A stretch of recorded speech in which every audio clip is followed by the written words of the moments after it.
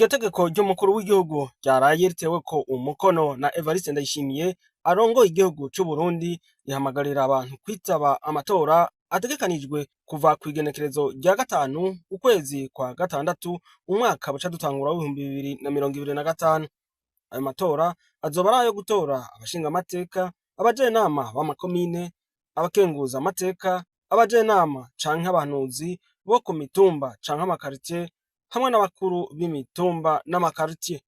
Nk'uko iryo tegeko ry'umukuru w'igihugu ribisigura, ayo matora azoba hisunzwe intunganyo nshasha igenga intara nshasha uko ari 5. Iryo tegeko riratomora ko amatora azoba kuva isaha 12 z'agatondo gushika isaha 9 z'umuhingamo, ariko bivanye n'abatora, ibiro vy'itora birashobora kongereza umwanya, ariko ntibarenze isaha 10 z'umuhingamo. Iryo tegeko ry'umukuru w'igihugu kandi riravuga ko abitoza bashobora kurungikwa n'imigambwe, inani z'imigambwe canke abigenga. Riratomora kandi ko inani z'abigenga zitemewe. Umuntu atamugambwe n'umwe yegukira mu kiringo c'umwaka n'imiburiburi umwe, kandi mu kwitoza agashira imbere imigambi yiwe bwite, niwe afatwa nk'uwigenga nk'uko iryo tegeko ribimenyesha. Abajenama bo ku mitumba n'amakaritiye bose bazotorwa ku giti cabo, ntibazorinda gutangwa ku ntonde z'imigambwe. Bafatwa nk'abigenga naho boba bafise imigambwe begukira. Uko amatora azogenda vyose birabwa n'umugwi wigenga ujejwe gutegura amatora seni. Imigambwe, inani z'imigambwe canke abigenga bashaka kwitoza basabwa gutanga amadosiye yabo kuva kuwa 9 gushika kuwa 23 kuno kwezi turimwo kwa 12. Nino muri ico kiringo nyene abo mu bwoko bw'abatwa bazongerwako nabo bazotanga amazina yabo, ariko bizobanza kwemezwa n'inzego ko ari abo mu bwoko bw'abatwa koko. Abashinga amateka bazotorerwa ku ntonde zugaye, ico bita liste bloquée mu gifaransa. Abigenga nabo bakazitoza ku giti cabo nk'uko bisanzwe.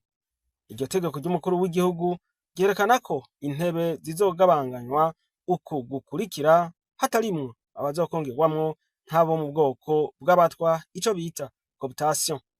Intara ya Buhumuza ni intebe 16, intara ya Bujumbura intebe 23, intara ya Burunga intebe 17, intara ya Butanyerera intebe 23, hamwe n'intara ya Gitega intebe 21.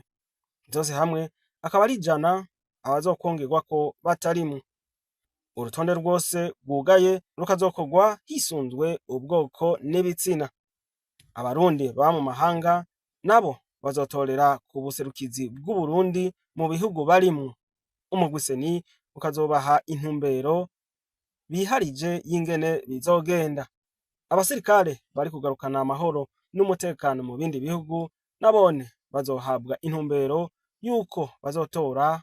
Umugwi seni ukazobanza kuvugana n'abarongoye abo basirikare iyo bari kugarukana amahoro n'abandi bose atari abasirikare boba bari mu bihugu bitandukanye mu gikorwa nk'ico co gufasha kugarukana umutekano mu bihugu.